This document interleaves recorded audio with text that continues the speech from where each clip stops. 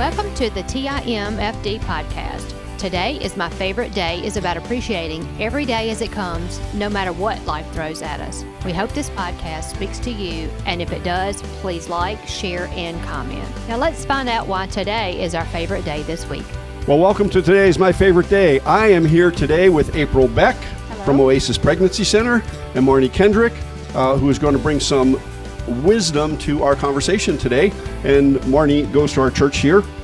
But we're going to talk about Amendment 4 to the Florida Constitution coming up on this next election cycle. And the problem with most amendments is that people don't read them. So I'm going to read the amendment, and then we're going to let Marne speak to this, because this is very, very critical for the state of Florida right now. And this amendment has to do with abortion rights.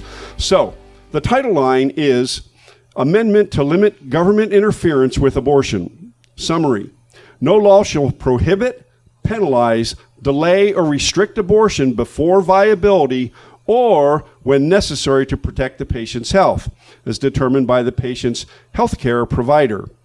This amendment does not change the legislature's constitutional authority to require notification to a parent or guardian before a minor has an abortion. Now that sounds very, very good, but we know for a fact that it's not. Yes, we do. So, I know you have 10 points for us. Once again, this is April Beck with Oasis Pregnancy Center. So, April, why don't you start us off and just give us a 30,000-foot view as to what we really should be looking here, and then we'll get into your points. Let's do that. So, Oasis is a pregnancy care center, and we work with women who are in planned and unplanned pregnancies, and we speak with women every day who are considering abortion. And what we do is we work with them to help them make their best choice. We help them to understand the risks of abortion pill and other forms of abortion. We give them the information they need to know to consider the safety precautions and all of those things. We do not shame or force or, do anything negative about abortion if they are considering it. We simply ask them to slow down and consider and take into account all of the ramifications, because it's a permanent decision for a temporary situation. Yeah. Right? What feels like a crisis may not necessarily be a crisis in a year. And so there are so many women who just have so many regrets. So this amendment talks about the limiting government interference. Now, if you're politically conservative, you're like most of us, yeah. That sounds good. Yeah, let's limit government's interference. But the government interference they're talking about is safety precautions. The government interference that they're talking about are safety precautions for women who may be abused by this law, literally, and be put in danger and at risk. If you want to do this, if you want to read the amendment, I'll point out that we'll do it one more time. I can point out the vague terms in that. How about that? So that we can get it really specific for our voters today. So we'll start with the title. Yes. Obviously, the title is Amendment to Limit Government Interference with Abortion. Who on the conservative side would not go along with that? So what you should be aware of is that the purpose of this amendment is to legalize abortion up to birth. And that really should be the title. An amendment to legalize abortion up to birth. They don't say it that way because there would be a huge outcry among many, many people, right? So they put the focus on government interference and take your eyes away from the fact that the things in this amendment would cause women to be in danger of being convinced to have an abortion in very unsafe ways. Next part of it. No law shall prohibit, penalize, delay, or restrict abortion before viability.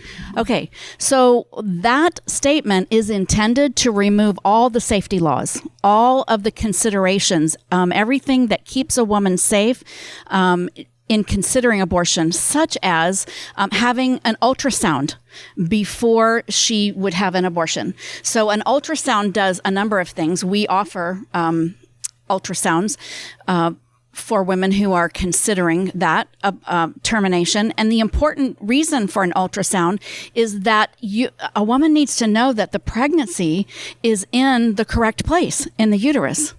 If there are no ultrasounds, okay, if there is nobody's checking on that, then a woman could go get an abortion pill, but have an ectopic pregnancy. An ectopic pregnancy is when the pregnancy is in the wrong place, it's in the tubes, and that pregnancy is life-threatening if it's not dealt with. So if there's no law to say you must have an ultrasound first, then taking an abortion pill is not going to be safe for this woman, because she's going to think that her pregnancy ended when in fact her life is going to be in danger because the ectopic pregnancy will rupture. Yeah, and those are more common than most people realize. Yes. So the next point just says or. Or. Right. It's only a little small word. It's a small little word, okay? It's a huge, huge loophole. Okay, the problem with the loophole, I said loophole, sorry, loophole. It's a great leap on a loophole. So the danger about that is when you say or, then you open a door wide. So or what? Or when necessary to protect the patient's health. They don't define health. All right. So they don't define what's necessary to protect a patient's health. If a woman doesn't have that ultrasound to find out that her pregnancy is not where it should be, she's going to take an abortion pill because they're wanting to sell it to her. She is not going to know that she has an ectopic pregnancy if they don't require by law the ultrasound. And then she's going to go on thinking everything is good, normal, and right. She won't be looking at the symptoms around that pregnancy to go get checked. Sure. And so she thinks her health is protected, right? But her health has not been protected in any way, shape, or form. What's the next part of it? Define healthcare provider. Well, see, that's another one. As determined by the patient's healthcare provider. They have literally, in this amendment, removed medical personnel, doctors, nurses. A healthcare provider could be a nice lady like you or me sitting in an abortion clinic selling abortion pills and saying, yes, it would be very traumatic for you to have this pregnancy. We understand that in order to protect the trauma you could experience, the discomfort you could experience, here, you could take this. And that's not a medical provider. No, and at this point in time, when some women come in and they are really stressed, you got to have a professional, right? You just have to have somebody who, number one, is looking out for the patient, not necessarily, right? And it is educated, is a healthcare provider, is a primary care physician, an OBGYN or whatever, but has the knowledge and the wisdom to be able to talk to the lady. If a woman does not have a test to determine what her clotting levels are, she could take an abortion pill and bleed out in her bathroom because her blood won't clot. There are safety regulations that will be removed through this amendment that will cause critical danger for women. So if she's not dealing with an actual medical doctor, then she's not going to be checked for all of these important things that she should know about her body before taking a chemical abortion. So the next statement says, this amendment does not change the legislature's constitutional authority to require notification to a parent. Right. So what they didn't say in this part of it is that right now parents have to give consent. Right. This completely reverses parental consent for a minor to have an abortion. They can be notified, but they do not have to give consent. So someone could talk your 16-year-old daughter, your 14-year-old daughter into having a chemical abortion, and you would get notified down the road. Yeah, later. I can see where this will work, and where a young lady is in and she decides she wants to have the abortion. She's been coached or counseled by I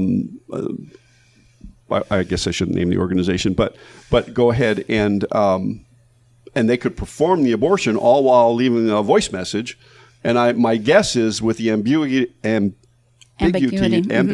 of the law. Yeah. Well, I tripped over that $5 word.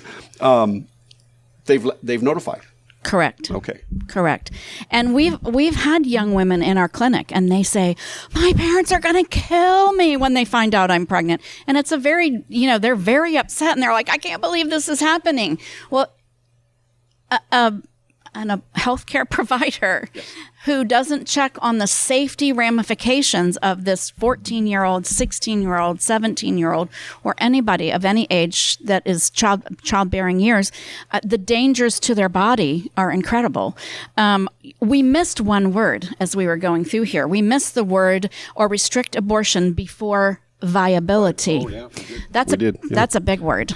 Viability typically has been recognized to be about 24 weeks gestation. Viability is possible sooner than that, but viability is not defined in this amendment. Therefore, there's no gestational age listed about when a woman can seek an abortion. So that can be from start to finish. Start to finish. And that's why this really should be called the amendment to allow abortion up to birth. So, Marne, you were going to bring some of a legal mind to some of this. Could you speak to a few of these things? I'd be very happy to if you will keep your eyes off of my boot and my surgical shoe here. I'm sorry I had to wear these, but I had foot surgery recently. So anyway, I just love everything I've heard April say. With a legal background, I went through this with a fine-tooth comb, and I was literally shocked to see just how many instances of ambiguous, misleading terminology you will find in this. The whole thing is nothing but ambiguity, really. Right. When you look at the title of it itself, and the third word is your first ambiguous word, your first misleading word, it's not limit, it's prevent.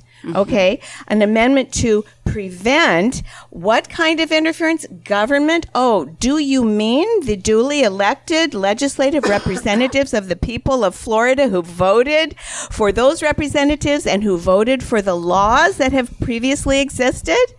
Yes, I guess that's the government they mean, but it sounds terrible, especially to a conservative. And interference is a loaded term. That's just intentionally misleading, too. What's really being discussed is sensible restrictions that apply to such things as the age of the pregnant female and the safety precautions that should be taken. So, and then, I mean, there are at least 5 other ambiguous words, and April has mentioned all of them already, so I won't go there. What I just want to say is, the thing about this is, we have to understand what a constitutional amendment does. The Constitution of the state of Florida is like that of the United States of America. It is the foundational, fundamental, most important document. All other legal authority flows from it. So when you have a constitutional amendment that says no law may delay or restrict abortion, you're saying not only are the previous laws that the people of the state of Florida voted for done away with, but they're not going to be allowed to pass any new ones either. For the foreseeable future, this is going to be the law of Florida, and the only way you can ever pass any law restricting or putting any kind of safety precautions in place again is if you repeal this constitutional amendment, because it prevents you from passing laws. And I think that's what a lot of people don't understand. They just think it's, a new law. But it is a constitutional amendment. Right. It is a change to the Florida Constitution as it sits today.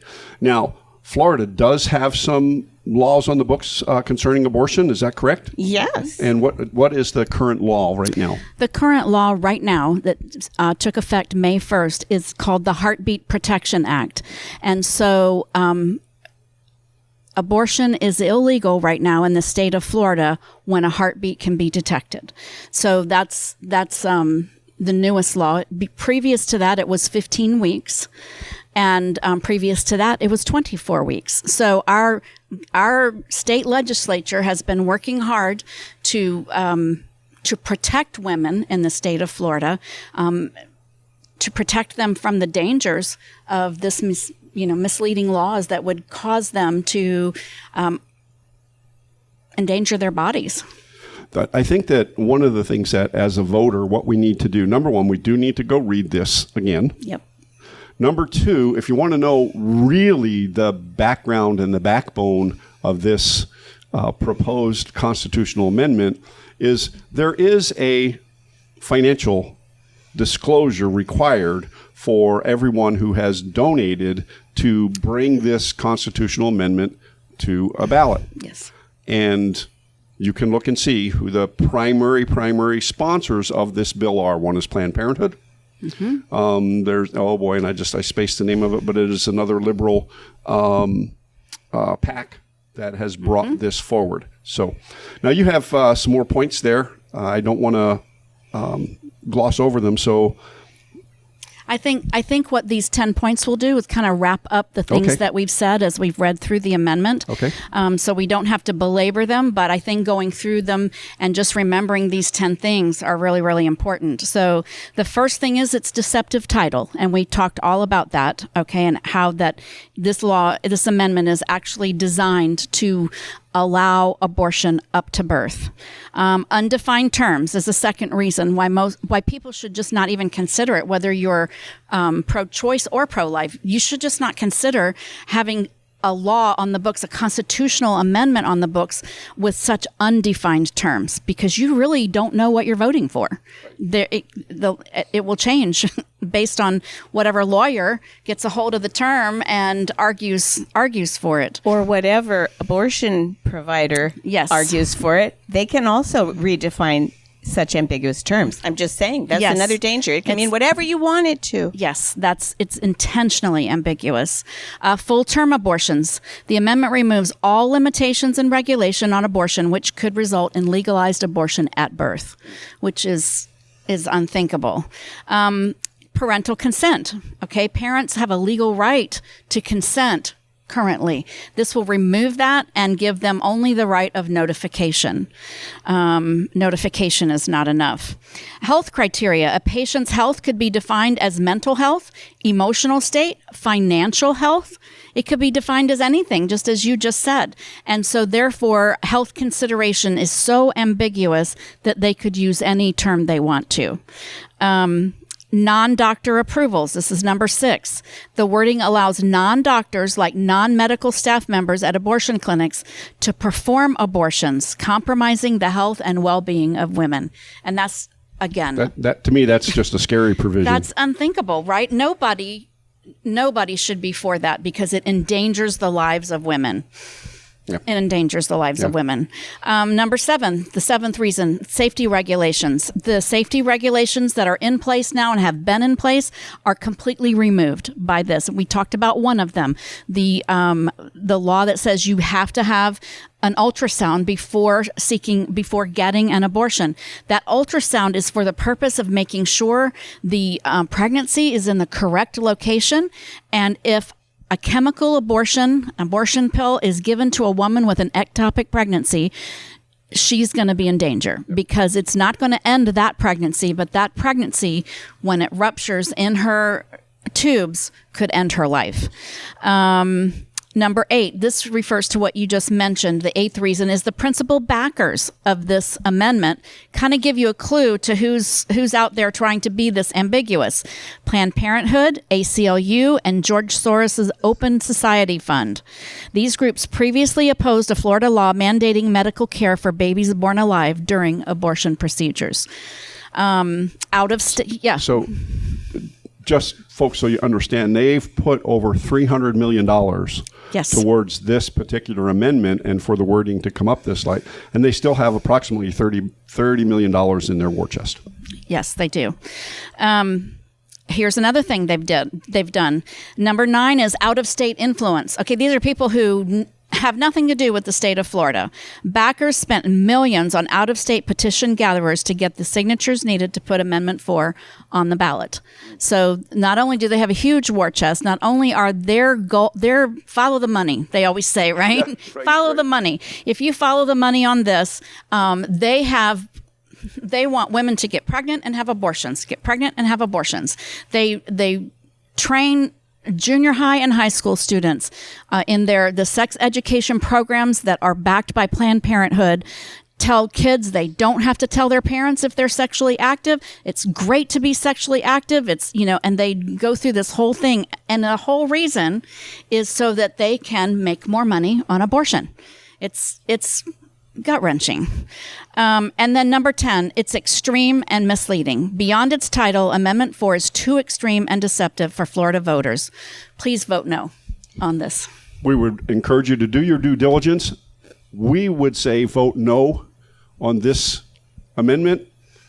Just as we've read it, it is very ambiguous. It is not in alignment with most Floridians' values. So, April, thank you so much. Marnie, thank you for your input. This has been Sam McKeown. Today is my favorite day. Live intentionally. Be very, very blessed. We'll see you next week. Thank you for listening to TIMFD. Today is my favorite day. Views, comments, and opinions are those of the host and guest alone, and Dave and Sam are solely responsible for the content of this podcast. TIMFD is produced and directed by Alex Korn. Music is composed and performed by Chuck Ball. Thank you for listening. Have a great day, live intentionally, and be very blessed.